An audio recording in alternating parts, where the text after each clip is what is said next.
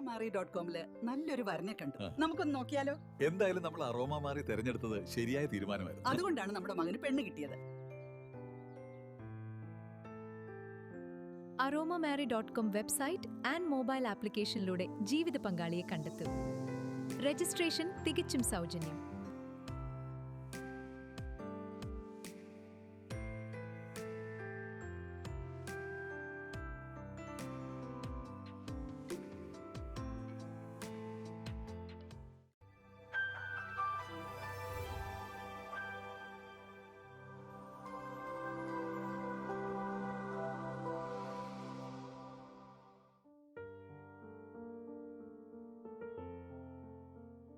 Aroma ടിവിയുടെ എല്ലാ മാന്യ ശ്രോതാക്കൾക്കും വേഗം വരുന്ന കർത്താവായ യേശുക്രിസ്തുവിന്റെ ധന്യ നാമത്തിൽ വന്ദനത്തെയും സ്വാഗതത്തെയും അറിയിക്കുന്നു.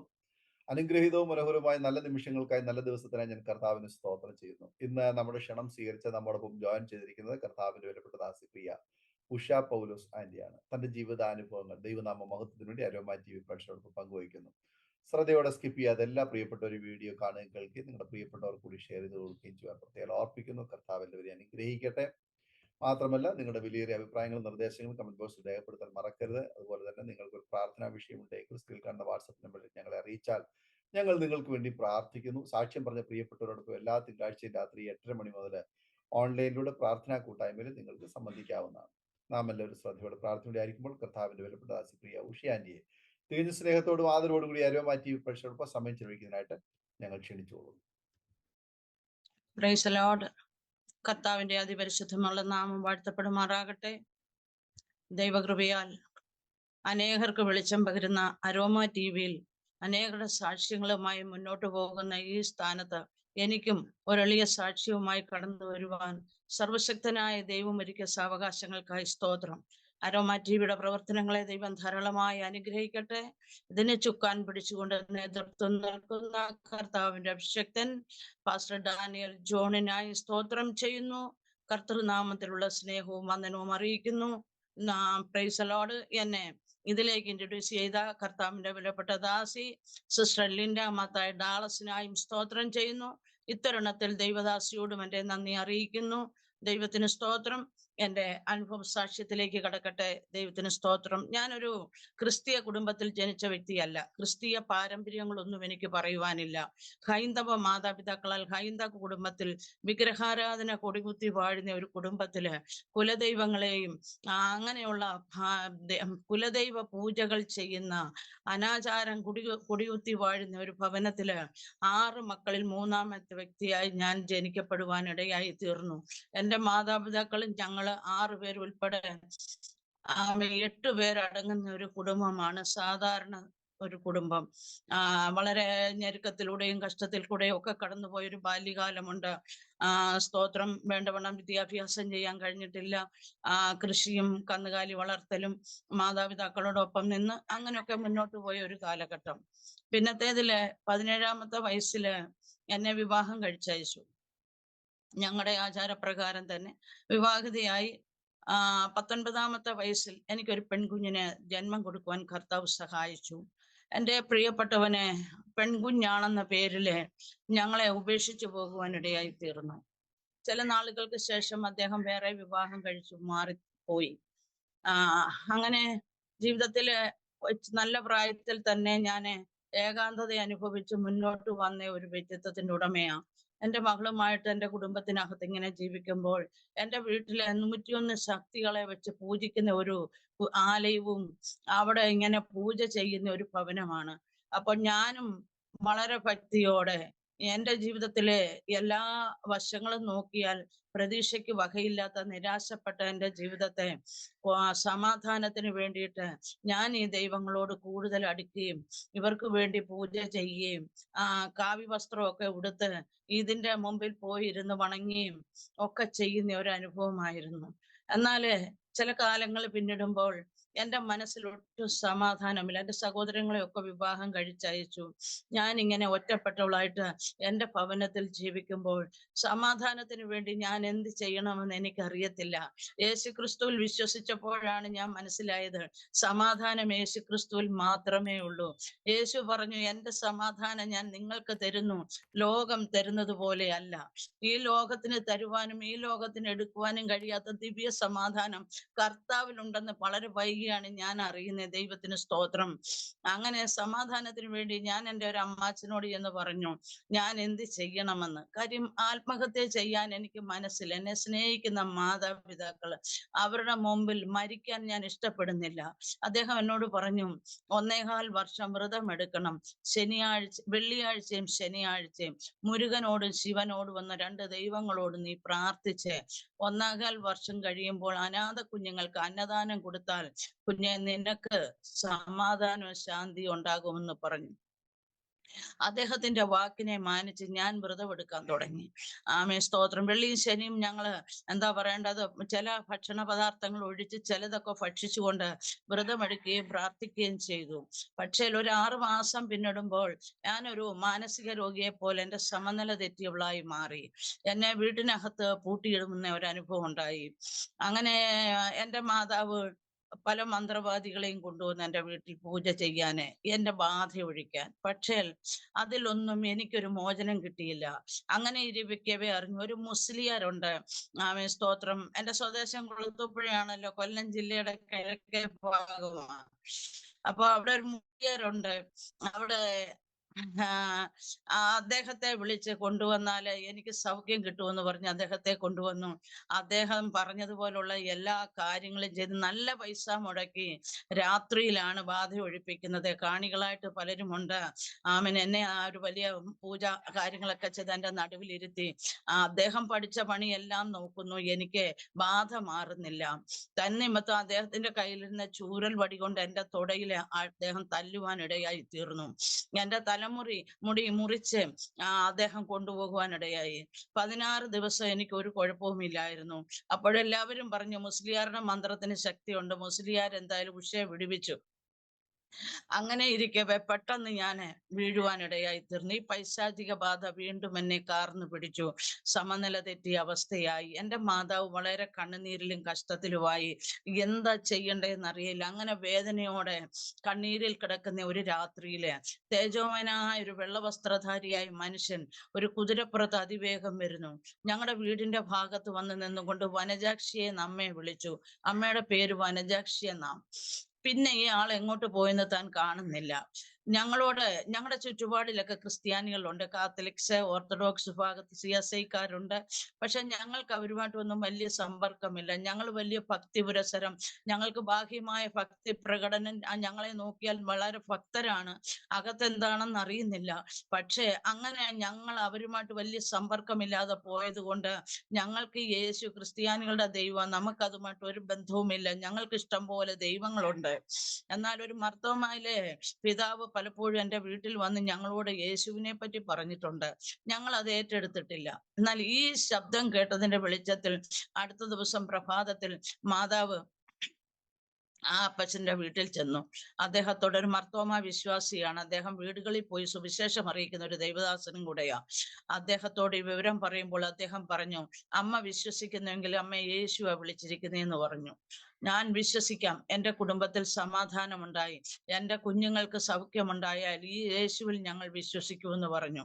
അങ്ങനെ ആ നല്ലവരായ ക്രിസ്ത്യാനികൾ ഞങ്ങളുടെ വീട്ടിൽ വന്ന് 3 ദിവസം ഉപവാസം ഇരിക്കുക, ഒരു ഭക്ഷണവും കഴിക്കാതെ. ഞങ്ങൾക്കതൊരു പുതിയ അനുഭവമാണ്. ഞങ്ങളും വ്രതമെടുക്കുന്നവരാണ്, ഉപവസിക്കുന്നവരാണ്. പക്ഷേ ഞങ്ങൾ ചിലതൊക്കെ ഭക്ഷിച്ചുകൊണ്ടാണ് ഇരിക്കുന്നത്. ഈ പ്രിയപ്പെട്ടവര് ഒന്നും കഴിക്കാതെ, ഞങ്ങളുടെ വീട്ടിലെ തിളപ്പിച്ച വെള്ളമല്ലാതെ മറ്റൊന്നും ഭക്ഷിക്കാതെ അവർ ഉപവസിക്കുകയാണ്. 3-ാമത്തെ രാത്രിയിൽ ഉപവാസം തീരുന്നതിന്റെ തൊട്ട് മുൻപ് എൻ്റെ മാതാവ് നോക്കുമ്പോൾ ഭിത്തിയിൽ ഒരു കയ്യെഴുത്ത് പോലെ കാണുന്നു. ബെൽശസ്സറിന് ചുവരെഴുത്തുണ്ടായതുപോലെ ഞങ്ങൾ ചെയ്ത സകല പാപപ്രവൃത്തികളും ദൈവം എഴുതി കാണിക്കുകയാണ്. ആമേൻ. അപ്പോഴമ്മ ദൈവസന്നിധിയില് പാപങ്ങൾ ഏറ്റു പറഞ്ഞു, തെറ്റുകൾ ഏറ്റു പറഞ്ഞു. ദൈവത്തിന്റെ കരങ്ങളിൽ തന്നെ സമർപ്പിച്ചപ്പോൾ സ്വർഗത്തിലെ ദൈവം ഞങ്ങളുടെ കുടുംബത്തിനകത്തുനിന്ന് ബാധ ഒഴിഞ്ഞു പോകുവാനിടയായി തീർന്നു. ദൈവവചനം പറയുന്നു, മറ്റൊരുത്തനിലെ രക്ഷയില്ല, നാം രക്ഷിക്കപ്പെടുവാൻ ആകാശത്തിന്റെ കീഴിൽ മനുഷ്യരുടെ ഇടയില് നൽകപ്പെട്ട വേറൊരു നാമവുമില്ല, യേശുവിന്റെ നാമം മാത്രമേ ഉള്ളൂ. യേശുവിന്റെ നാമത്തിങ്കൽ സ്വർലോകരുടെയും ഭൂലോകരുടെയും അധോലോകരുടെയും സകല മുഴങ്കാലുകളും മടങ്ങും. ആമേൻ. ഈ ലോക അന്ധകാര ശക്തികൾ മുഴങ്കാലും മടക്കിയത് യേശു ക്രിസ്തുവിന്റെ നാമം എന്റെ ഭവനത്തിൽ ആമൻ ഏറ്റെടുത്തപ്പോഴാണ്. ദൈവത്തിന് സ്തോത്രം. പിറ്റേന്ന് പ്രഭാതത്തിൽ ഞങ്ങൾ ആ പൂജ ചെയ്തുകൊണ്ടിരുന്ന ആ ആലയം ഞങ്ങൾ പൊളിക്കുക. അത് പൊളിച്ചു. ഞങ്ങൾ കൊണ്ടാക്കി വെച്ചിരുന്ന ഊമ വിഗ്രഹങ്ങള്, അതുപോലെ ഫോട്ടോകള് എല്ലാം എന്ത് ചെയ്തു? കത്തിച്ചു. എല്ലാം തീക്കകത്തിട്ട് കത്തിച്ചു കളഞ്ഞ് ഞങ്ങളെയും ഞങ്ങളുടെ ഭവനത്തെയും യേശുവിന് വേണ്ടി കൊടുത്തു. പക്ഷെ ഞങ്ങൾക്ക് പെന്തക്കോസ്ത് അനുഭവങ്ങളോ മറ്റൊന്നും അറിയത്തില്ല. ഞങ്ങൾ അടുത്തുള്ള CSI പള്ളിയിലാണ് പ്രാർത്ഥനയ്ക്ക് പോയത്. അവിടെ പ്രാർത്ഥനയ്ക്ക് പോകുമ്പോൾ എൻ്റെ മകളും എൻ്റെ മാതാവും എൻ്റെ ഉള്ളേക്കലും ഇളയ അനുജത്തിയും എൻ്റെ ഇളയ ബ്രദറും ഒക്കെയാണുള്ളത്. എൻ്റെ മോളും എൻ്റെ അമ്മയും എൻ്റെ അനുജത്തിയും CSI പള്ളിയിൽ മാമോദീസ സ്നാനം സ്വീകരിച്ചു. അന്ന് ഞാൻ അവിടെ ഇല്ലായിരുന്നു. അങ്ങനെ എന്നെ മാമോദീസ സ്നാനം ചെയ്യുവാനായിട്ട് അച്ഛൻ, അവിടുത്തെ അന്നത്തെ പുരോഹിതൻ ഒരു ദിവസം നിശ്ചയിച്ച് ഞാനും ചെന്നപ്പോൾ അദ്ദേഹം ഈ സ്നാനപ്പെടുത്താനുള്ള ഒരു ബുക്കുണ്ട്, അത് കൊണ്ടുവരാൻ മറന്നുപോയി. എന്റെ സ്നാനം നടന്നില്ല. അപ്പൊ ഞാൻ CSI പള്ളിയിൽ പോയി ഇങ്ങനെ പ്രാർത്ഥിക്കുമ്പോൾ എനിക്കൊന്നും പ്രാർത്ഥിക്കാനോ പറയാനോ അറിയത്തില്ല. അപ്പൊ ഞാൻ പറയും, യേശുവേ, അങ്ങ് ജീവിക്കുന്ന ദൈവമാണ്, അങ്ങ് നമസ്കരിക്കേണ്ടത് എവിടെയാണ്, എനിക്കൊന്ന് വെളിപ്പെടുത്തി തരണം. അങ്ങനെ ഇരിക്കുമ്പോൾ ഞാൻ കാണുന്നു, തേജോമയനായ കർത്താവ് എന്നെ വലിയൊരു നദിയിൽ ഇറക്കി നിർത്തിയിരിക്കുന്നു. ഇതിന്റെ ഒന്നും ഒരു വെളിപ്പാട് എനിക്കൊന്നും അറിയത്തില്ല. അങ്ങനെ കടന്നു പോകുമ്പോൾ ഞാന് ഭവനത്തിൽ നിന്ന് വേറൊരു തലത്തിലേക്ക് പോകുവാൻ ഇടയായിരുന്നു. അതൊരു CSI പുരോഹിതന്റെ വീടാണ്. റവറൻ തോമസ് ഡേവിഡ്, കർത്താവിന്റെ ദാസി സാറാമ്മ കൊച്ചമ്മയും അവരുടെ ഒക്കെ പോയി. അവരാണ് എനിക്ക് ശരിക്കും പറഞ്ഞ ക്രിസ്തീയ അനുഭവങ്ങളിൽ ഒരു കൈത്താങ്ങലായി എന്നെ ബലപ്പെടുത്തിയതും എനിക്ക് ആശ്വാസം തന്നതും.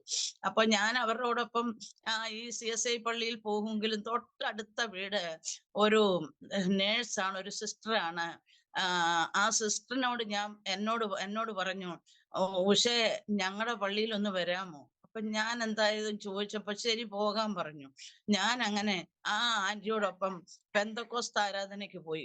അവിടെ ചെന്നപ്പോൾ എനിക്കൊന്നും മനസ്സിലാകുന്നില്ല. ഭയങ്കര കയ്യടിയും ബഹളവും കേൾക്കാം. എന്തൊക്കെയോ ഇവര് പറയുന്നു. പിന്നാണ് മനസ്സിലായത് ഇവര് പരിശുദ്ധാത്മ നിറവിൽ അന്യഭാഷ. എന്നാൽ ഞാൻ പറയട്ടെ, ആത്മാവിന്റെ ആരാധന മധ്യയിലാണ് ശരിയായിട്ടുള്ള മാനസാന്തരം എനിക്കുണ്ടായത്. പരിശുദ്ധാത്മാവിന്റെ നടുവിൽ ഞാൻ കരയാൻ തുടങ്ങി.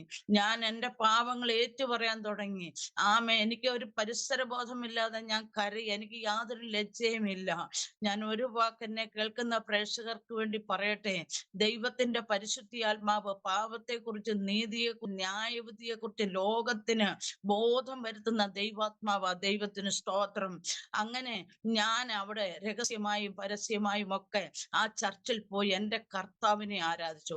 അവിടെ സാക്ഷ്യം പറയുന്ന സമയമായപ്പോൾ ഒന്നും പറയാൻ അറിയത്തില്ല. പറഞ്ഞു, യേശു ജീവിക്കുന്നെന്ന് ഞാൻ വിശ്വസിക്കുന്നു. ഞാൻ ജീവിച്ചാൽ യേശുവിന് വേണ്ടി ജീവിക്കും. അങ്ങനെ പോകവേ ആ സഭയിലെ പ്രവാചകരുണ്ടായിരുന്നു. ഒരു പ്രവാചകിയായ ഒരു കർത്തദാസി എന്നോട് ഇങ്ങനെ പ്രവചനാത്മാവിൽ സംസാരിച്ചു. കുഞ്ഞെ, നീ പുതുവർഷത്തിന് മുമ്പ് എൻ്റെ കൽപ്പന പ്രമാണിക്കണം. നിന്നെ ഏലിയാവിനെ വിളിച്ചതുപോലെ ഞാൻ നിന്നെ വിളിച്ചിരിക്കുക എൻ്റെ വേലക്കായിട്ട്. നീ എൻ്റെ വേല ചെയ്ത് അതിൽ നഹോവൃത്തി കഴിക്കും. എനിക്ക് ഏലിയാവിനെ അറിയത്തില്ല, ദൈവത്തിന്റെ വേല അറിയത്തില്ല, ഒന്നും അറിയത്തില്ല. പക്ഷെ ഞാൻ ദൈവത്തിന്റെ വചനം വായിക്കാൻ തുടങ്ങി. ദൈവത്തിന്റെ വചനം വായിച്ചപ്പോൾ സ്നാനം സത്യമാണെന്ന് ഞാൻ മനസ്സിലാക്കി. രക്ഷിക്കപ്പെടേണ്ടതും സ്നാനപ്പെടേണ്ടതും ഒക്കെ യേശു ക്രിസ്തുവിൽ അനിവാര്യമാണെന്ന് ഞാൻ മനസ്സിലാക്കി. റോമാലേഖനം 6-ാം അധ്യായം ഞാൻ പഠിച്ചപ്പോൾ സ്നാനം യേശുവിനോട് ചേരുവാനും അവന്റെ പുനരുദ്ധാനത്തിന്റെ പങ്കാളിത്തം വഹിക്കുവാനാണെന്ന് ഞാൻ വിശ്വസിച്ചു. ദൈവത്തിന് സ്തോത്രം. രക്ഷ യേശു ക്രിസ്തുവിൽ കൂടെയുള്ള നിത്യരക്ഷയാണ്.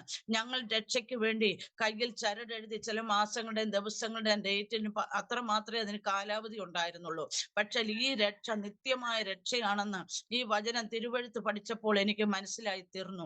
അങ്ങനെ ദൈവത്തിന്റെ കൃപയിൽ ആശ്രയിച്ച് ആരും അറിയാതെ രഹസ്യമായിട്ട് കൊട്ടാരക്കരയുള്ള ചർച്ച് ഓഫ് ഗോഡ് സഭയിൽ ഈ കർത്താവിന്റെ ദാസിയോടൊപ്പം താൻ കൊണ്ടുവന്ന വസ്ത്രം ധരിച്ച് എന്റെ വസ്ത്രം മാറ്റി വെച്ചിട്ട് 1990 ഡിസംബർ 16 രാവിലെ എന്റെ കർത്താവിനെ ജലത്തിൽ സാക്ഷീകരിച്ച് യേശുവിനോട് ചേരുവാൻ ദൈവം എനിക്ക് ഭാഗ്യം തന്നു.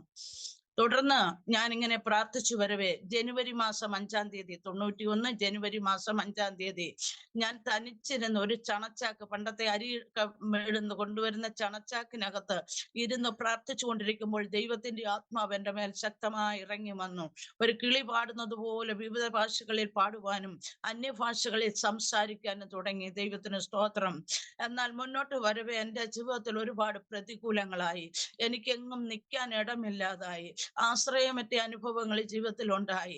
അങ്ങനെ എവിടെങ്കിലും പോകണമല്ലോ എന്ന് കരുതി എന്നെ വിശ്വാസത്തിൽ കൊണ്ടുവന്ന കർത്താവിന്റെ ദാസിയുടെ മകളെ വിവാഹം കഴിച്ചത് ന്യൂഡൽഹിയില് ഒരു ഷാരോണിലെ പാസ്റ്ററാണ്. അവൻ എന്നെ ഡൽഹിക്ക് വിളിച്ചു. ഞാൻ അവിടെ പോയി എന്തെങ്കിലും ജോലി ചെയ്ത് എങ്ങനെങ്കിലും ജീവിക്കാമെന്ന് കരുതി പോകുകയാണ്. നല്ല പ്രായത്തിലെ ഒറ്റപ്പെട്ട ഒരു ജീവിതമാണ്. അങ്ങനെ പോയി ഏറെക്കുറെ ഒരു 6 മാസത്തോളം പലയിടത്തും ജോലിക്ക് വേണ്ടി അന്വേഷിച്ചു. പലയിടത്തും വേക്കൻസി ഉണ്ട്. പക്ഷെ അവര് പറയുന്ന ദിവസം ഞാൻ ചെല്ലുമ്പോ എനിക്ക് വേക്കൻസി ഇല്ല. അങ്ങനെ UP-യിലെ നോയിഡയിലെ സെക്ടർ 6 ഞാനും ആ ദേവദാസനും കൂടെ ഒരു കമ്പനിയിൽ പോയിട്ട് ജോലി ഇല്ലെന്ന് പറഞ്ഞ് വളരെ വേദനയോടെ ഞാൻ അവിടെ നിൽക്കുമ്പോൾ ആ ദേവദാസനോട് ഞാൻ പറഞ്ഞു, പാസ്റ്റർ, അന്ന് ആനിമാമ എന്നോട് പറഞ്ഞ ഒരു ദൂത് ഞാൻ ഓർക്കുന്നു. ഞാൻ കർത്താവിന്റെ വേല ചെയ്യേണ്ടവളാ, എനിക്ക് ദൈവം ജോലി തരത്തില്ല. ഉഷസിസ്റ്റിന് അങ്ങനെയാണോ താല്പര്യം? ഞാൻ പറഞ്ഞു, പാസ്റ്റർ എനിക്ക് അങ്ങനെ, എന്നാ നമുക്ക് തിരിച്ചു പോകാം. ഞങ്ങൾ തിരിച്ച് വീട്ടിൽ വന്നിട്ട് ദൈവം അത് കഴിഞ്ഞ് കർത്താവിന്റെ വേലയ്ക്ക് സമർപ്പിക്കപ്പെട്ട് കഴിഞ്ഞപ്പോൾ എനിക്കൊരു വഴി തുറന്നു. ഹരിയാനയിലെ ഗ്രേസ് ബൈബിൾ കോളേജിൽ ഒരു ചിൽഡ്രൻസ് ഹോം ഉണ്ട്. അതിന്റെ ഇൻചാർജായിട്ട് 1 വർഷം ഞാൻ അവിടെ താമസിച്ച് ജോലി ചെയ്തു. അങ്ങനെ വരുമ്പോ എന്റെ അകത്ത് ആളി കത്തുന്ന ഒരു ആഗ്രഹമുണ്ട്, സുവിശേഷം അറിയിക്കണം എന്നുള്ള വലിയ ദാഹം കൊണ്ട് ഞാൻ വീണ്ടും ഡൽഹിയിലേക്ക് വരിക.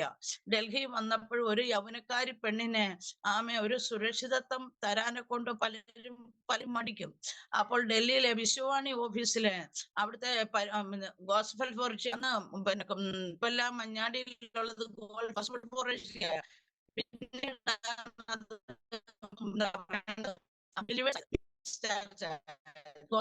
ഗോസ്ബൽ ഫോർ ഏഷ്യയുടെ ഡയറക്ടർ ഈ വിശ്വാണി ഓഫീസിലാണ് അവർ പരിപാടി ബ്രോഡ്കാസ്റ്റ് ചെയ്യാൻ വരുന്നത്. അവിടുത്തെ ഒരു സിസ്റ്റർ മറിയാമ്മ എനിക്ക് വേണ്ടി അദ്ദേഹത്തോട് റിക്വസ്റ്റ് ചെയ്തു, ഇങ്ങനെ ഹിന്ദു വിശ്വാസത്തിൽ നിന്ന് വിശ്വാസത്തിൽ വന്ന ഒരു സഹോദരി നമ്മുടെ ഇടയിലുണ്ട്, അതിനെന്തെങ്കിലും സപ്പോർട്ട് ചെയ്യാൻ പറ്റുമോ, എന്തെങ്കിലും ജോലി കൊടുക്കാൻ പറ്റുമോ? അദ്ദേഹം പറഞ്ഞു, ജോലി ഉണ്ടെങ്കിൽ ജോലി കൊടുക്കാം, ഇല്ലെങ്കിൽ ഞങ്ങൾ സപ്പോർട്ട് ചെയ്യാമെന്ന് പറഞ്ഞു. അങ്ങനെ അദ്ദേഹത്തിന്റെ താല്പര്യപ്രകാരം ഞാൻ തിരുവല്ലായി വന്നപ്പോൾ ഞാൻ ഡൽഹി വെച്ച് കേട്ടിട്ടുണ്ട്, ചിങ്ങവനത്തുള്ള New India church of God കർത്താവിൽ നിദ്ര പ്രാപിച്ച കർത്താവിന്റെ ദാസൻ BA തമ്പി പാസ്റ്ററും മറിയാം ആന്റിയും നടത്തുന്ന ലേഡീസിന്റെ ബൈബിൾ കോളേജ്, അതുപോലെ കടലോര പ്രദേശങ്ങളിൽ അവർക്ക് സഹോദരിമാരുടെ പ്രവർത്തനങ്ങളുണ്ട്. അതൊക്കെ എൻ്റെ അകത്ത് കിടപ്പുണ്ടായിരുന്നു. അങ്ങനെ ഞാൻ തിരുവല്ലായി വന്നപ്പോൾ അതിന്റെ ഡയറക്ടർ സാറിനോട് പറഞ്ഞു, സാർ എനിക്ക് ഇങ്ങനെ പോയിന്ന് പഠിക്കണമെന്ന് ആഗ്രഹമുണ്ട്, ഉഷയ്ക്ക് അങ്ങനെ താല്പര്യമാണെങ്കിൽ തീർച്ചയായിട്ടും ഞങ്ങൾ അതിനെ സപ്പോർട്ട് ചെയ്യും. എല്ലാ മാസവും 350 രൂപ എനിക്ക് സ്റ്റൈഫൻഡ് തന്ന് എന്നെ ബൈബിൾ കോളേജിൽ അവിടെ കൊണ്ടാക്കി. ഞാൻ അവിടെ പഠിക്കാൻ കയറി. അത് കഴിഞ്ഞ് ഞാൻ എൻ്റെ മകളെ തിരക്കി വരിക. എനിക്കെങ്ങും പോകാൻ ഇടവില്ല. വന്നപ്പോൾ എൻ്റെ മകൾ അവിടെ ഇല്ല. എൻ്റെ മകളെ അപ്പനും അമ്മയും ഇല്ലാത്ത കുട്ടിയെന്ന് പറഞ്ഞൊരു ഓർഫണേജിൽ കൊണ്ടാക്കി കളഞ്ഞു. എൻ്റെ കുഞ്ഞിനെ എനിക്ക് തിരിച്ചു കിട്ടാൻ പാടാണ്. കാര്യം അതിന് വേണ്ടപ്പെട്ടവരാരുമില്ല. ഞാൻ വളരെ വേദനപ്പെട്ടു. കുഞ്ഞിനെ എങ്ങനെയാ തിരിച്ചു കിട്ടേണ്ടത്? അങ്ങനെ എന്നെ ഈ വിശ്വാസ ജീവിതത്തിൽ കൈപിടിച്ച് നടത്തിയ പ്രിയ റെവറൻഡ് തോമസ് ഡേവിഡ് അച്ഛനോട് ഞാൻ ഈ വിവരങ്ങൾ പറഞ്ഞു. ഞങ്ങൾ അതിനെ ക്രമീകരണം ചെയ്യാമെന്ന് പറഞ്ഞു. അതിന്റെ വാർഡനുമായിട്ട് ഇടപെട്ട് മദ്രാസിലാണ് ഇതിന്റെ ഓഫീസ്. അവിടെ ഞാൻ ഒരു കത്തയച്ചു. എൻ്റെ കുഞ്ഞിനെ എനിക്ക് വീണ്ടും കിട്ടി. മകളെയും കൊണ്ട് വീണ്ടും ചിങ്ങവനത്ത് വന്നിട്ട് ഞാൻ ചിങ്ങവനത്ത് ബൈബിൾ കോളേജിന്റെ ഹോസ്റ്റലിലും മോളെ പള്ളത്തുള്ള ബുക്കാന സ്കൂളിലെ 8ാം സ്റ്റാൻഡേർഡിൽ പഠിപ്പിക്കാനും ആക്കി. അങ്ങനെ 1 വർഷം കഴിഞ്ഞു. എൻ്റെ ഗ്രാജുവേഷൻ കഴിഞ്ഞു. അത് കഴിഞ്ഞ് എന്നെ അവിടുന്ന് നേതൃത്വം അയക്കുന്നത് കൊച്ചിൻ ചെല്ലാനം കടൽപ്പുറം ഏരിയയിലേക്കാ. അപ്പോഴും എനിക്ക് ഗോസ്ബൽ ഫോർ ഏഷ്യന്ന് വരുന്ന ഈ 350 രൂപയുണ്ട്, പിന്നെ അതങ്ങ് 450 രൂപയാക്കി. അങ്ങനെ വെക്കേഷൻ ആയപ്പം കുഞ്ഞിനെ ഹോസ്റ്റലിൽ നിർത്താൻ പറ്റത്തില്ല, കുഞ്ഞിനെയും കൂടെ കടൽപ്പുറത്ത് കൊണ്ടുപോയി. മാനസികമായിട്ട് എനിക്ക് ഒത്തിരി ഭാരം, ഇങ്ങനെ എത്ര നാളും മുന്നോട്ട് പോകും. അപ്പൊ 2 കണ്ണിനും കാഴ്ചയില്ലാത്ത ഒരു കർത്താവിന്റെ ദാസി എന്നോട് ഒരിക്കൽ ദൂത് പറഞ്ഞു, നിന്റെ സ്വദേശത്ത് ഞാൻ അയക്കും, അവിടെ നിന്നെ കൊണ്ട് ഞാൻ ചില പ്രവൃത്തി ചെയ്യിക്കുമെന്ന്. പക്ഷെ കുളത്തുപ്പുഴ പോകാൻ ഒട്ടും ഇഷ്ടമില്ല. കാര്യം എല്ലാവരുമാലും ഉപേക്ഷിക്കപ്പെട്ട ഒരു വ്യക്തിയാ ഞാന്.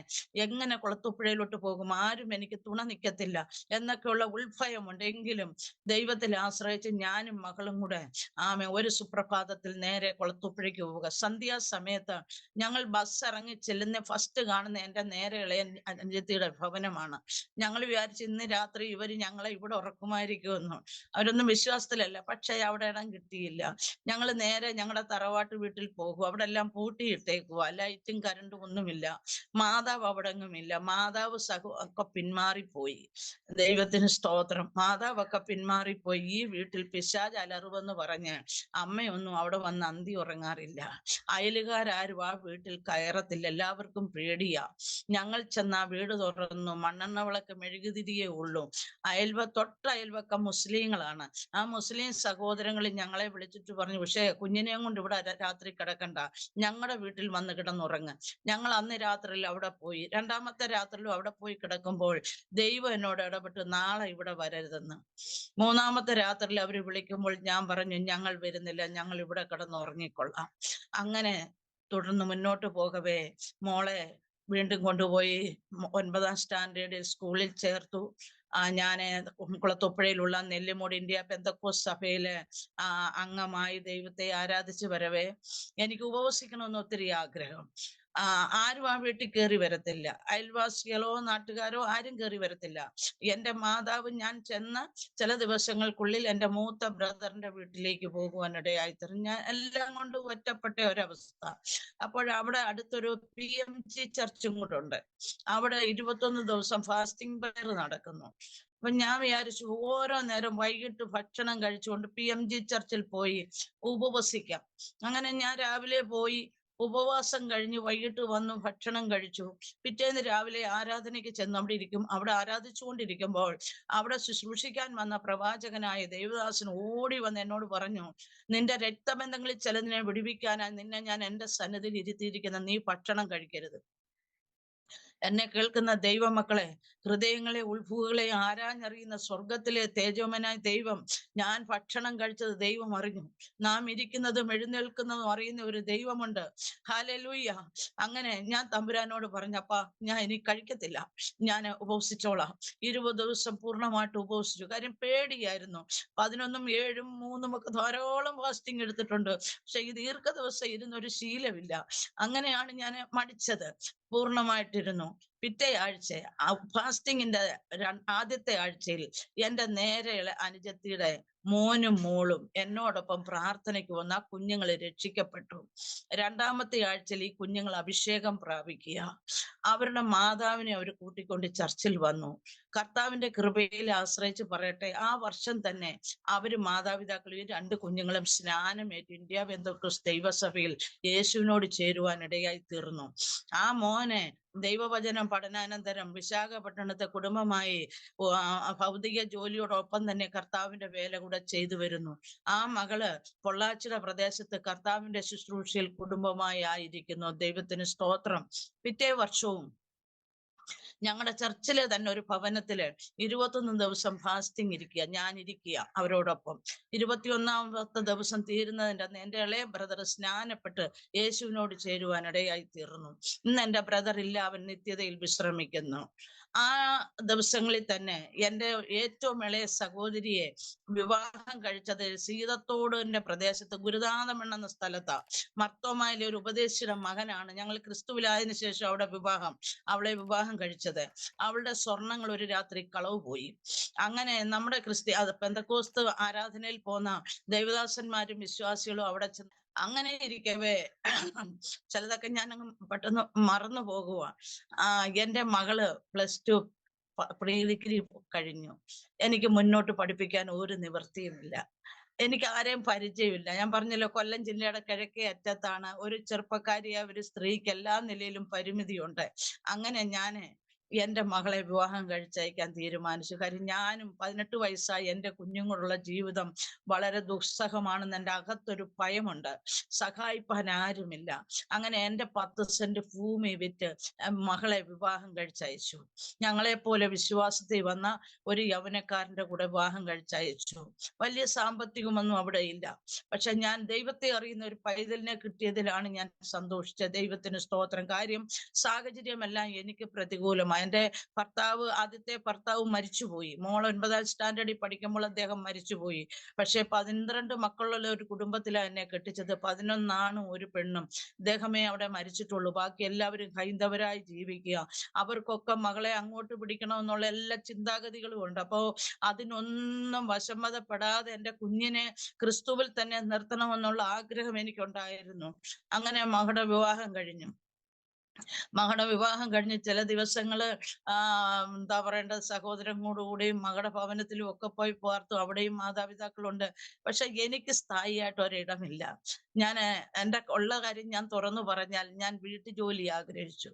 എനിക്ക് അന്തി ഉറങ്ങാൻ വേണ്ടിയിട്ടാ 2-3 വർഷം 3 വീടുകളിൽ ഞാൻ വീട്ടു ജോലി ചെയ്തു. അങ്ങനെ ചെയ്യുമ്പോഴും അല്പസമയം കിട്ടുമ്പോൾ ഞാൻ ട്രാക്ടർ എടുത്തും കൊണ്ട് ഓടിപ്പോകും. ഇടവേള സമയത്ത് ഓടിപ്പോകും. പോയി ഭവനങ്ങളിൽ പോയി സുവിശേഷം പറയുകയും ട്രാക്ട്സ് കൊടുക്കുകയും ചെയ്തുകൊണ്ടിരുന്നു. ആ നാളുകളിൽ ഞാൻ ഒരുപാട് കരഞ്ഞു. ഞാൻ കർത്താവിനോട് ഇങ്ങനെ പറഞ്ഞു, കർത്താവേ, ഒരു ചിത്രം എഴുതണമെങ്കിൽ ഒരു ചുവര് വേണം. ഒരു ചുവരില്ലാതെ ഒരു ചിത്രം രചിക്കാൻ പറ്റത്തില്ല. ഞാൻ ആ നിലയിൽ ഞാൻ കഷ്ടപ്പെടുക. കർത്താവ് എന്നെ സഹായിക്കണം. അങ്ങനെ ഇരിക്കവെയാണ് എൻ്റെ മാതാവ് എന്നെ വിളിക്കുന്നു, നീ ഇഞ്ഞ് വാ, എൻ്റെ കൂടെ താമസിക്കാം. അങ്ങനെ അമ്മയുടെ ഒരു 3 സെന്റ് സ്ഥലവും വീടും അമ്മയുടെ മരണശേഷം എൻ്റെ പേരിൽ എഴുതി വെച്ച് ഞാൻ മാതാവിനോടൊപ്പം പോയി താമസിച്ചു. അങ്ങനെ കുളത്തൂപ്പുഴയുടെ പ്രദേശത്ത് മടങ്ങി വന്നു. കുളത്തൂപ്പുഴയിൽ ഒരു സുവിശേഷ പ്രവർത്തനമുണ്ട്, ഗോസ്പൽ ഫോർ കുളത്തൂപ്പുഴ എന്ന് പറഞ്ഞ്. ആ ടീമിനോട് ചേർന്ന് സുവിശേഷം അറിയിക്കാനും പരസ്യങ്ങൾ നടത്താനും ഒക്കെ കടന്നു പോകുവാൻ ദൈവം സഹായിച്ചു. അങ്ങനെ വരവേ അമ്മ സ്നാനപ്പെട്ടിട്ടില്ല. അമ്മ ഞങ്ങളുടെ വീടിനടുത്തുള്ള PMG ചർച്ചിൽ ഇങ്ങനെ പോകണമെങ്കിലും അമ്മയ്ക്കൊരു വ്യത്യാസം വേണ്ടവണ്ണം വന്നിട്ടില്ല. അമ്മയ്ക്ക് വേണ്ടി ആ ചർച്ചിൽ വീണ്ടും ഫാസ്റ്റിംഗ് പ്രെയർ നടക്കുമ്പോൾ ഞാൻ 21 ദിവസം ഫാസ്റ്റിംഗ് ഇരുന്നു. അമ്മ സ്നാനപ്പെട്ടു. അങ്ങനെ വരവേ അമ്മ വിട്ടുകളയാത്ത പല പാപങ്ങളും അപ്പോഴും ഉണ്ട്. അമ്മ എന്താ പറയേണ്ടത്, സ്നാനപ്പെട്ട് കഴിഞ്ഞപ്പം വെറ്റലയും മുറുക്കാനും കഴിക്കുന്ന വെറ്റില മാറ്റി ബാക്കി പുകയിലയും പാക്കും ഒക്കെ അമ്മ വായിലിടും. വലിയ കളറ് വരത്തില്ലല്ലോ. പിന്നെന്ന് പറഞ്ഞാൽ അമ്മ മന്ത്രവാദം ചെയ്യുമായിരുന്നു. ചെയ്യുന്ന എന്തിനാന്ന് ചോദിച്ചാൽ, ഞങ്ങൾ ഈ വെച്ചുപൂജ ചെയ്തുകൊണ്ടിരുന്ന ഈ പാരമ്പര്യ ശക്തികള് പിന്മാറ്റത്തിൽ പോയപ്പോൾ അമ്മയെ അറ്റാക്ക് ചെയ്യാൻ തുടങ്ങി. അതിന്റെ മോചനത്തിന് വേണ്ടി. എന്നാൽ ഇതിനകത്ത് പ്രാർത്ഥിച്ച് ഇതിനകത്ത് മുന്നോട്ട് പോകുവാനുള്ള ഒരു കാഴ്ചപ്പാട് തനിക്കില്ല. അങ്ങനെ താൻ എന്ത് ചെയ്തു, മന്ത്രവാദത്തിന് പോകും. ഈ ചർച്ചിൽ ആരാധിക്കുമ്പോൾ തന്നെ അമ്മ അങ്ങനെ പോകും. പോയിട്ട് അമ്മ കൊണ്ടുവന്ന് വെക്കുന്നതൊക്കെ 24 മണിക്കൂറിനകം ഞാൻ പ്രാർത്ഥിക്കുമ്പോൾ അതിനെയെല്ലാം വെട്ടി പൊട്ടിച്ച് ദൈവാത്മാവ് കളയും. കർത്താവ് എനിക്കത് വെളിപ്പെടുത്തി തരും. അങ്ങനെ പിശാചിന്റെ അവസാനത്തെ ആയുധമാണ് അത് വിറ്റ് എന്നെ പുറത്താക്കുക എന്നുള്ളത്. ദൈവത്തിന് സ്തോത്രം. ആമേൻ, സ്തോത്രം. അങ്ങനെ ഒരു സുപ്രഭാതത്തിൽ എൻ്റെ മാതാവ് പറയുകയാണ്, ഞാൻ ഇത് വിൽക്കാൻ പോകുക. ഞാൻ ഒന്നും പറയുന്നില്ല. പ്രതികരിച്ചാൽ എനിക്ക് കിട്ടുന്ന മറുപടി അപവാദമായിരിക്കും. ഒരുപാട് അപവാദങ്ങളും നിന്ദകളും സഹിച്ച ഒരു വ്യക്തിയാണ് ഞാൻ. അത് ഭയന്നിട്ട് ഞാൻ ഒറ്റയക്ഷരവും മിണ്ടാതെ, വീട് വാങ്ങിക്കാൻ ആൾക്കാർ വന്നു, എല്ലാം പറഞ്ഞു വില സമ്മതിച്ച് ഞാൻ അവരോടൊപ്പം സഹകരിച്ച് നിൽക്കുക. അപ്പൊ അവരുടെ വിചാരം ഞാനും അമ്മയും കൂടെ ഒന്നിച്ച് ആലോചിച്ചാണ് ഇത് ചെയ്യുന്നതെന്ന്. അങ്ങനെ ഒരു വ്യാഴാഴ്ച രാവിലെ ഇതിന്റെ പ്രമാണം എഴുതുക. അപ്പൊ ഞാൻ ചെന്ന് സൈൻ ചെയ്ത് കൊടുക്കണം, ഇത് രജിസ്റ്റർ ആകണമെങ്കിൽ. അപ്പൊ അമ്മ എന്നോട് ചോദിക്കുക, നീ എന്നാ ഇവിടുന്ന് മാറുന്നേ? ഞാൻ ചുമ്മാ അങ്ങ് പറയാം, ഞാൻ ഞായറാഴ്ച മാറാം. എന്നിട്ട് ഞാൻ ചെന്ന് സൈൻ ചെയ്ത് കൊടുത്തിട്ട്, സ്തോത്രം, ഞാൻ കുളത്തൂപ്പുഴ ബസ് കയറുന്ന ബസ് സ്റ്റാൻഡിന്റെ അവിടെ ആ തറയിലിരുന്ന് കരയുക. അവിടുന്ന് ഞാൻ വന്നു, വീട് മാറണമല്ലോ. അപ്പൊ എൻ്റെ അയൽവക്കത്ത് താമസിക്കുന്ന ക്രിസ്ത്യാനികളും എൻ്റെ അമ്മ പോകുന്ന PMG ചർച്ചിലെ ചില സഹോദരങ്ങളും എനിക്കൊരു വീട് റെന്റിനെടുത്ത് തന്നു. അത് അവിടുന്ന് കുറച്ചങ്ങോട്ട് മാറി TPM ചർച്ചിൽ പോകുന്ന ഒരു കുടുംബമാണ്. അവരുടെ മകളുടെ ഒരു വീട് കിടന്നു, അത് റെന്റിനെടുത്ത് തന്നു. ഒരു പിക്കപ്പ് വാൻ വിളിച്ച് എന്റെ സാധനങ്ങളും പറക്കി ഈ സഹോദരങ്ങള് എന്നെ അവിടെ കൊണ്ടുവന്നാക്കി പ്രാർത്ഥിച്ചിട്ട് പോരുന്നു. ഞാൻ വിചാരിച്ചു രാത്രി ഇവിടെ കിടന്ന് രാവെളുക്കോളം കരയാമല്ലോ, എന്റെ ദുഃഖം തീരുന്നതുവരെ. അങ്ങനെ ഞാൻ വന്നപ്പോൾ ആ വീട്ടിലെ അച്ചായന് ആ അമ്മാമ്മയോട് പറഞ്ഞു, അമ്മണി സഹോദരിക്ക് കൂട്ടിന് നീയും കൂടെ പോയി കിടക്ക്, സഹോദരി അവിടെ ഒറ്റയ്ക്ക് കിടത്തണ്ട. ദൈവത്തിന്റെ കരുതല്. അങ്ങനെ അമ്മാമ്മ എന്നോടൊപ്പം വന്ന് ഞാൻ ഒരു ദിവസം പോലും രാത്രിയിൽ ഒറ്റയ്ക്ക് കിടന്നിട്ടില്ല. അവരിങ്ങോട്ട് വന്നില്ലെങ്കിൽ അവരുടെ വീട്ടിൽ എന്നെ വിളിച്ച് ഞാൻ അവിടെ പോയി അന്തി ഉറങ്ങി. പക്ഷേ ആമേൻ, ഞാൻ കണ്ണുനീരിൽ കുതിർന്ന ദിനരാത്രങ്ങൾ ഞാൻ പൊട്ടിക്കരയാൻ തുടങ്ങി. ഞാൻ ദൈവവചനം എടുത്ത് ഈ ബൈബിള് എടുത്തിട്ട് നെഞ്ചോട് ചേർത്ത് പിടിച്ചുകൊണ്ട് ഞാൻ നിലവിളിച്ച്, കർത്താവേ അങ്ങടെ വചനം എനിക്ക് പ്രസംഗിക്കണം, സമാധാനത്തോടെ കിടന്നുറങ്ങും, അതിനൊരു മുഖാന്തരം എനിക്ക് തരണം. ഓടി ഓടി ഓടി ഓടി ഒരുപാട് തീരം കാണാൻ വേണ്ടി ഓടി തുഴഞ്ഞ് തീരം കാണാതെ നിൽക്കുന്ന എൻ്റെ ജീവിതാനുഭവത്തിൽ എൻ്റെ പൈതലും ആകെ വിഷമിക്കുന്നു എൻ്റെ കാര്യത്തില്. അങ്ങനെ ഞാൻ രണ്ടാമത് വിവാഹം കഴിക്കാൻ ആഗ്രഹിച്ചു. വളരെ വൈകിയ മകളുണ്ട്, കൊച്ചുമകളുണ്ട്. 2007 ഞാൻ രണ്ടാമത് വിവാഹം കഴിക്കാൻ തീരുമാനിച്ചു. എനിക്ക് ആരോടും പറയാനില്ല, ആരും എനിക്ക് അന്വേഷിക്കാനില്ല. പക്ഷെ ഞാൻ ശുശ്രൂഷയ്ക്ക് പോകുന്ന മേഖലകളിൽ ഉള്ള ചില മാന്യരോട് ഞാൻ ഈ വിവരം പറഞ്ഞു. അങ്ങനെ ഒരു പാസ്റ്റർ മുഖേനയാണ് ഈ വിവാഹം വരുന്നത്. അദ്ദേഹത്തിന്റെ ഭാര്യ മരിച്ചു, 14 വർഷം കഴിഞ്ഞു, 4 കുഞ്ഞുങ്ങളുണ്ട്. ഒരാൾ മരിച്ചുപോയി, 3 കുഞ്ഞുങ്ങളുണ്ട്. അപ്പോ ഞാനൊന്നും നോക്കുന്നില്ല, എനിക്ക് ഈ 2 കാര്യമേ ഉള്ളൂ, സമാധാനത്തോടെ കിടന്നുറങ്ങണം, കർത്താവിന്റെ വേല ചെയ്യണം. അങ്ങനെ ഈ മനുഷ്യനെ കണ്ടു.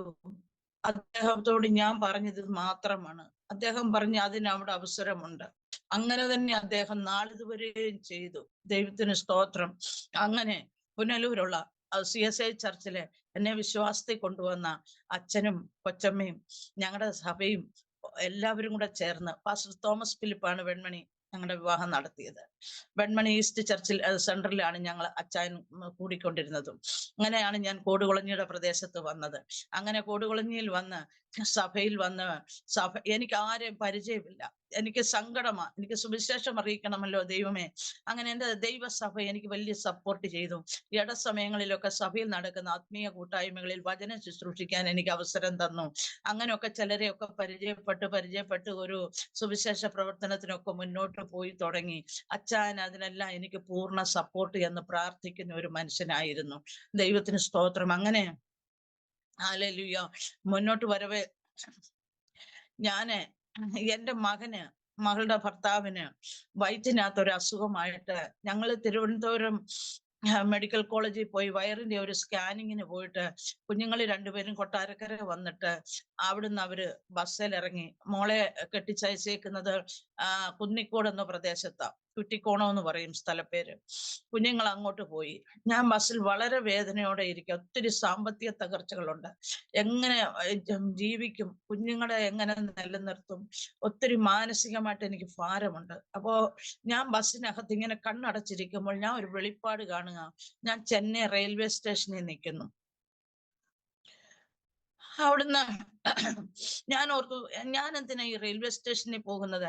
വീണ്ടും മുന്നോട്ട് പോകുമ്പോൾ വീണ്ടും ഞാൻ കാണുന്നു, ഞാൻ അമേരിക്കൻ എംബസിയുടെ ഫ്രണ്ടിൽ നിൽക്കുന്നു. കർത്താവേ, ഞാൻ എങ്ങനെ ഇവിടെ എത്തും? എനിക്കതിന് ഒരു യോഗ്യതയുമില്ല. എന്നെ ആര് സപ്പോർട്ട് ചെയ്യും? ഞാൻ എന്തിനാണ് ഈ എംബസിയുടെ വാതിക്കൽ വന്നത്? അങ്ങനെ പ്രാർത്ഥിക്കുമ്പോൾ ആ ബസ്സിനകത്ത് ഞാൻ ഒരു മനുഷ്യനെ കാണുന്നു. ദൈവമക്കളെ, എൻ്റെ നഗ്ന നേത്രം കൊണ്ട് ഞാൻ കണ്ടതാ. കാക്കി വസ്ത്രധാരിയായ ഫുൾ സൂട്ടും കോട്ടും ഇട്ട് ഒരു മനുഷ്യൻ ആ വണ്ടിക്കകത്ത് നിന്ന് എന്നെ നോക്കും. എന്നെ കീഴ്മേൽ നോക്കിയിട്ട് എൻ്റെ മുഖത്ത് നോക്കി പുഞ്ചിരിച്ചിട്ട് ആളങ്ങ് പോയി. ദൈവത്തിന്റെ ദൂതനാണ്. പലപ്പോഴും ഞാൻ എൻ്റെ ജീവിതയാത്രയില് കള്ളന്മാരുടെ കയ്യിൽ അകപ്പെടാവുന്ന സ്ഥാനത്ത്, ദുഷ്ടന്മാരെന്നെ നശിപ്പിക്കാവുന്ന സ്ഥാനത്തൊക്കെ ദൈവം എന്നെ ഓർപ്പിച്ചുണർത്തി. അതൊക്കെ ഒത്തിരി അനുഭവങ്ങളുണ്ട്. ഞാൻ അതെല്ലാം അങ്ങ് വിട്ടു പറയുക. ദൈവത്തിന് സ്തോത്രം. ഓർപ്പിച്ചുണർത്തി എന്നെ രക്ഷിച്ച ഒരു ദൈവമാണ് ഇന്നും എന്നെ കരം പിടിച്ചിരിക്കുന്നത്. അങ്ങനെ ഞാൻ പ്രാർത്ഥിച്ചു. അപ്പൊ തന്നെ ഞാൻ വിശ്വാസത്തിൽ വന്ന നാളുകളിൽ ഞാൻ കണ്ട ഒരു വെളിപ്പാടുണ്ട്. ഞാൻ വൈറ്റായ ആൾക്കാരുടെ കൂടെ പ്ലെയിനിൽ യാത്ര ചെയ്തു പോകുന്നു. വർഷങ്ങൾ പലത് പിന്നിട്ടു. അപ്പോ ഇതൊക്കെ എങ്ങനെ സാധിക്കും എനിക്കറിയത്തില്ല. മലയാളം അല്ലാതെ വേറൊരു ഭാഷ നമുക്കറിയത്തില്ല. ഇവിടെ വന്ന് ഈ പാവപ്പെട്ട അച്ചാൻ എന്നെ ഗൾഫ് രാജ്യത്ത് 2 പ്രാവശ്യം വിട്ടു ശുശ്രൂഷയ്ക്കായിട്ട്. അത് കഴിഞ്ഞ് എനിക്ക് അമേരിക്കയ്ക്ക് പോകാന് അച്ചാന്റെ ഒരു സുഹൃത്താണ് സ്പോൺസർ ലെറ്റർ തരുന്നത്. അങ്ങനെ ചെന്നൈ എംബസിയിൽ പോകണം. അതൊക്കെ വലിയ ഞെട്ടിപ്പിക്കുന്ന സങ്കടമേറിയ അനുഭവങ്ങളായിരുന്നു. കാര്യം എനിക്ക് സ്പോൺസർ ലെറ്റർ കിട്ടി, അതിന്റെ കാര്യങ്ങളെല്ലാം ശരിയാക്കി. ജൂലൈ മാസം 14 15 എനിക്ക് ഇന്റർവ്യൂ വെച്ചേക്കുക. പക്ഷേല് ഞങ്ങള് അദ്ദേഹത്തിന്റെ ഒരു അനുജത്തിയുടെ ഭർത്താവിനെ കാണാനായിട്ട് ബിലിവേഴ്സ് ഹോസ്പിറ്റലിൽ പോയപ്പോൾ അവിടെ വെച്ച് അദ്ദേഹം വീണു. അദ്ദേഹത്തിന്റെ അസ്ഥിക്ക് പൊട്ടലുണ്ടായി, അദ്ദേഹം കിടപ്പിലായി. ആ 2 മാസം അദ്ദേഹത്തെ ശുശ്രൂഷിച്ചു. പക്ഷെ എന്റെ കൂടെ അദ്ദേഹത്തിന് ചെന്നൈയിൽ വരാനുള്ള ശരീര സൗഖ്യമില്ല. ഞാൻ എൻ്റെ അനുഭവങ്ങൾ ഇത് പറയുന്നത്, ഇത്രയും തുറന്നു പറയുന്നത് പലരെയും ബലപ്പെടുത്താനും ബലപ്പെടാനും വേണ്ടിയിട്ടാ ദൈവമക്കളെ. ഹല്ലേലൂയ. എനിക്കിത് ചുരുക്കി പറഞ്ഞു പോകാം, പക്ഷെ ഇത് കേൾക്കണം. ദൈവത്തിന് സ്തോത്രം. അങ്ങനെ എനിക്ക് ഈ ഇതിന്റെ പേപ്പർ വർക്ക് എല്ലാം ചെയ്തു തന്ന ട്രാവൽസ് ചെന്നൈയില് ഒരു ഹോട്ടല് എനിക്ക് ബുക്ക് ചെയ്തു. എൻ്റെ ഫോൺ നമ്പരും കൊടുത്തിട്ടുണ്ട്. എവിടെ എന്താണെന്ന് എനിക്ക് ഒരു പിടിയുമില്ല. ഞാൻ ഇവിടുന്ന് വിശ്വാസത്തോടെ പ്രാർത്ഥിച്ച്, എൻ്റെ അച്ചാന് വരാൻ പറ്റത്തില്ല, അന്യവരെയും കൊണ്ട് ഞാൻ പുറത്ത് പോകാൻ പറ്റത്തില്ല. അങ്ങനെ ഞാൻ തനിച്ച് വിശ്വാസത്തോടെ പ്രാർത്ഥിച്ച് ചെങ്ങന്നൂർ റെയിൽവേ സ്റ്റേഷനിൽ നിന്ന് ചെന്നൈ ട്രെയിന് കയറി. ഞാൻ പോകവേ ഒക്കെ ആരെയെങ്കിലും ഒക്കെ മലയാളികളെ പരിചയപ്പെടാൻ ആരുമില്ല. പക്ഷെ റെയിൽവേ സ്റ്റേഷനിൽ ചെന്ന് ഇറങ്ങുന്ന സമയത്ത് അതിനകത്തൊരു മലയാളി സഹോദരിയെ കണ്ടു. അവരോട് ഞാൻ സംസാരിച്ചു. എനിക്ക് ഞാൻ ഒരു ഹോട്ടലിന്റെ പേര് പറഞ്ഞു. എന്നെ ഈ ഹോട്ടലിൽ എന്നെ കൊണ്ടുപോയി ആക്കണം, എനിക്ക് ഒരു വണ്ടി ടാക്സി ബുക്ക് ചെയ്തു തരണം. ആ സഹോദരി എന്നെ സഹായിച്ചു. പോലീസുമായിട്ട് ഇടപെട്ട് എനിക്ക് ഒരു ഓട്ടോറിക്ഷ ബുക്ക് ചെയ്തു തന്നു. ഞാൻ ഈ അരോവര എന്ന് പറയുന്ന ഹോട്ടലിൽ ചെന്നു. എൻ്റെ ഫോൺ നമ്പർ പറഞ്ഞപ്പോൾ എനിക്ക് അവിടെ താമസിക്കാൻ സൗകര്യം തന്നു. പക്ഷെ അന്ന് 2:30 മണിക്ക് തന്നെ എനിക്ക് വീണ്ടും ഇതിന് പോകണം, ഇന്റർവ്യൂവിന് പോകണം. അപ്പോ ഞാൻ ആരെ വിളിച്ചോണ്ട് പോകും? Praise the Lord. വിശ്വാസത്താലെ ആ റിസപ്ഷനിൽ ഇരുന്ന മനുഷ്യനോട് ഞാൻ പറഞ്ഞു, എനിക്കൊരു ഓട്ടോറിക്ഷ വിളിച്ചു തരാൻ പറഞ്ഞു. അദ്ദേഹം വിളിച്ചു തന്ന വണ്ടിയിൽ ഞാൻ പോയി. ഇന്റർവ്യൂ കഴിഞ്ഞിട്ട് അവിടെ നിൽക്കുന്ന പോലീസുകാരനോട് ഞാൻ പറഞ്ഞു, സാറേ എനിക്കൊരു ഓട്ടോ വിളിച്ചു തരണം. കാര്യം ഒറ്റയ്ക്കൊരു ഓട്ടോ വിളിക്കാനുള്ള ധൈര്യമില്ല. പക്ഷെ എൻ്റെ കർത്താവ് എന്നെ കാക്കുന്നുണ്ട്. അങ്ങനെ ഞാൻ തിരിച്ചു വന്നു. പിറ്റേന്ന് രാവിലെ 7:30 മണിക്കാണ് എനിക്ക് മെയിൻ ഇന്റർവ്യൂ. പക്ഷേ എങ്ങനെ പോയിട്ട് ഇവിടെ വരാൻ പറ്റത്തില്ല. ഇവിടെ 9 മണിക്കാണ് ഞാൻ ഈ ഹോട്ടൽ മുറി എടുത്തത്. ഇത് ഒഴിഞ്ഞു കൊടുക്കണം. ഞാൻ എവിടെ പോയി എവിടെ ഇരിക്കും, എങ്ങനെ വിശ്രമിക്കും? 3:30 മണിക്കേ ഉള്ളൂ എനിക്ക് തിരിച്ച് ട്രിവാൻഡ്രത്തിലേക്ക് പോകുന്ന ട്രെയിന്. ഞാൻ ഭാരപ്പെട്ടു. അങ്ങനെ പ്രഭാതത്തിൽ 4 മണിക്ക് ദൈവസന്നിധിയെ മുഴങ്കാലും അടക്കി മുഴങ്കാലിൽ നിന്ന് കരഞ്ഞ് പ്രാർത്ഥിച്ചു. കർത്താവേ, ഞാൻ ഒറ്റയ്ക്കേ ഉള്ളൂ, എൻ്റെ ദൈവം എന്നെ കാക്കണം.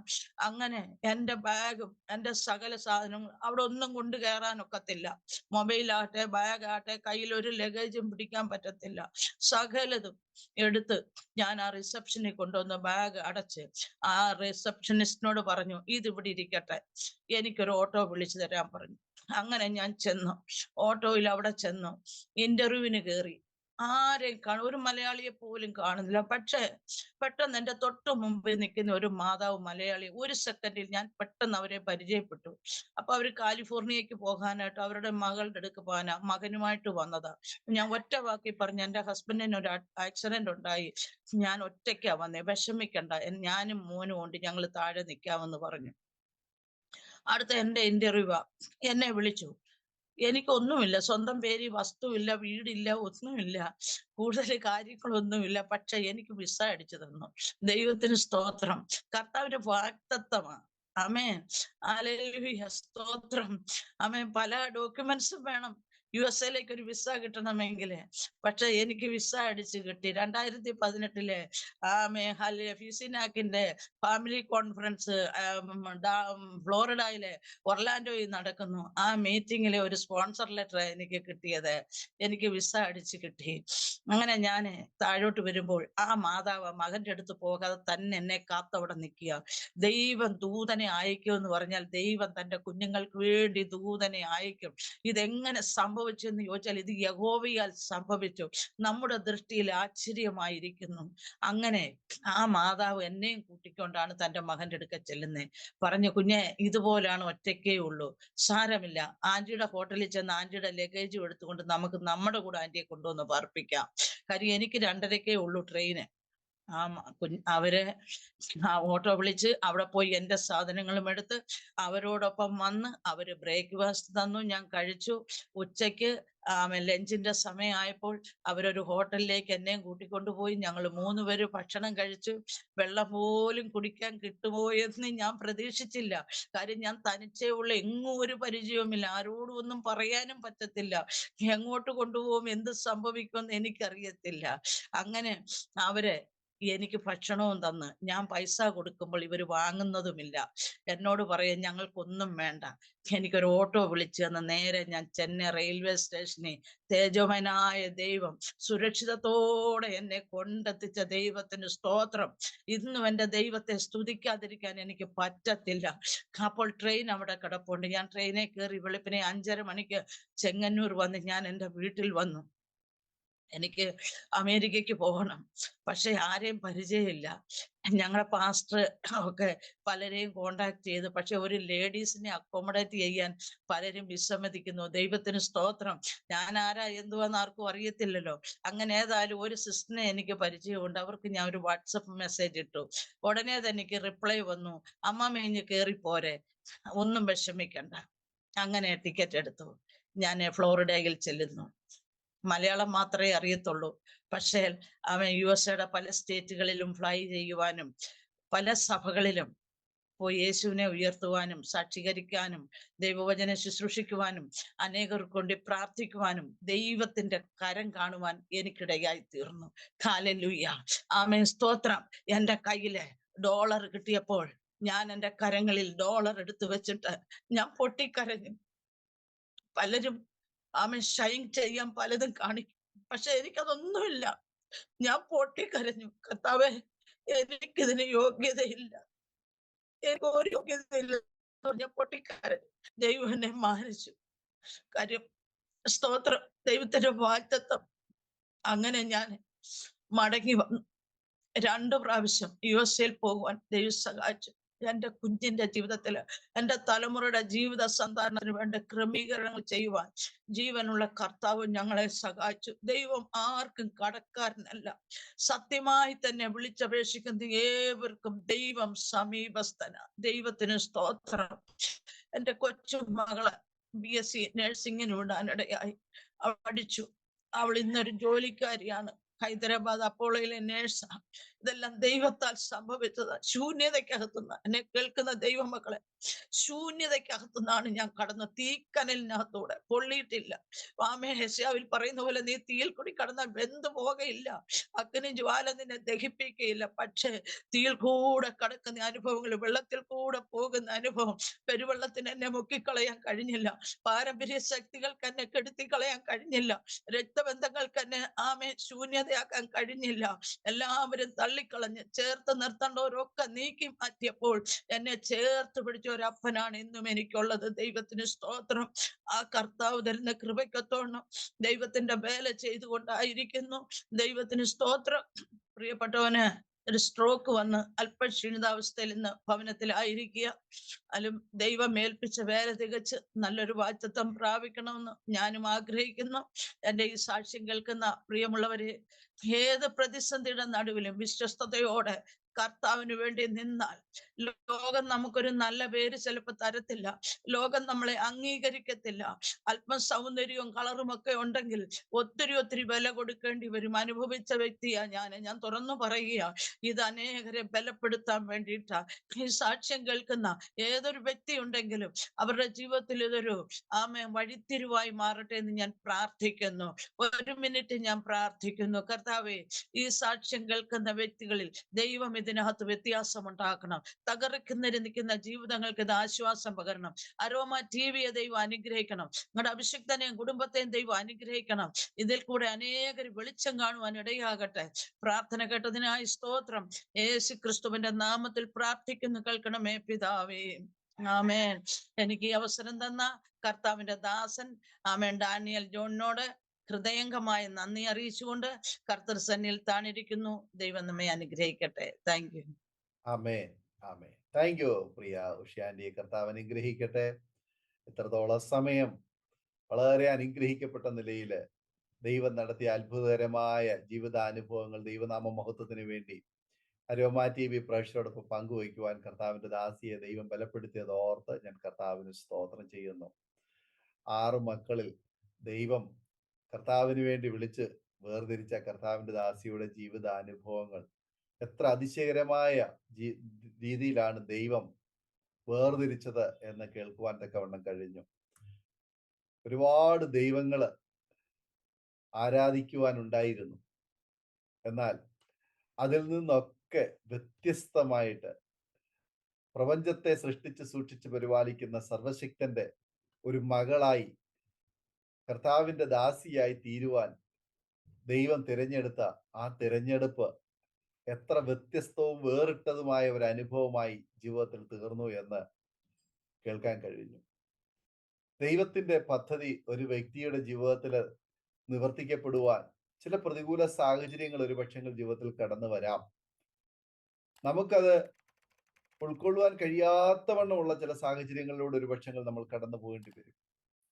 വളരെ നന്നേ ചെറുപ്പത്തിൽ തന്നെ കുടുംബജീവിതം ഏറ്റെടുക്കുവാനിടയായി. 19-ാമത്തെ വയസ്സിൽ ഒരു പെൺകുഞ്ഞിന് ജന്മം കൊടുത്തു എന്നുള്ള ഒറ്റ കാരണത്താൽ ജീവിതത്തിൽ അവസാനം വരെ ചേർത്ത് നിർത്തേണ്ടുന്ന പ്രിയപ്പെട്ടവൻ ഉപേക്ഷിച്ച് പോകുന്ന ആ അതിദാരുണമായ വേദനാജനകമായ അനുഭവം, ആ ഒറ്റപ്പെടലിന്റെ, ആ വിധവയാകുന്ന ഒരു വിവാഹപ്രായമാകുന്നതിന് മുൻപേ വിധവയാകുന്ന ആ ഒരു അനുഭവം എത്ര വേദനാജനകമായ അനുഭവമാണ്. അതൊക്കെ അഭിമുഖീകരിക്കേണ്ടി വന്നു. ഒരുപാട് നിന്ദകളും അപമാനങ്ങളും ഒക്കെ ഏൽക്കേണ്ടി വന്നു. എന്നാൽ അതിൻ്റെയൊക്കെ പിന്നിൽ മറ്റൊരു സത്യം മറഞ്ഞിരുന്നു എന്നുള്ളത് കർത്താവ് സ്നേഹിക്കുന്നുണ്ടായിരുന്നു, കർത്താവ് പിന്തുടരുന്നുണ്ടായിരുന്നു, കർത്താവിന്റെ കരം കൂടെയുണ്ടായിരുന്നു. അത് തിരിച്ചറിയുവാൻ ദൈവം അവസരമൊരുക്കി. കർത്താവ് അതിനു വേണ്ടിയിട്ട് ഒരുക്കിയ ചില അനുഭവങ്ങൾ കർത്താവിന്റെ ദാസി പറഞ്ഞു. സ്തോത്രം. കർത്താവ് വിളിച്ച് വേർതിരിച്ച അനുഭവങ്ങൾ. എല്ലാവരും പറഞ്ഞു ഭൂതമാണെന്ന്, മാനസിക രോഗമാണെന്ന്. മുറിക്കകത്ത്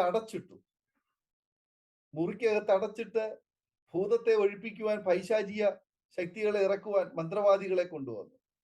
പല നിലകളിലൂടെ അവരതിന് ശ്രമങ്ങൾ നടത്തി. പക്ഷേ സ്വർഗത്തിലെ ദൈവം വിടുതൽ തന്നപ്പോൾ അത് അത്ഭുത വിടുതലായി തീർന്നു. ആ അനുഭവിച്ച, അന്ന് ഏറ്റെടുത്ത ആ വിടുതൽ ഇന്നും ജീവിതത്തിൽ തുടർന്നുകൊണ്ടിരിക്കുന്നു എന്നറിയുന്നതിൽ ഒത്തിരി സന്തോഷമുണ്ട്.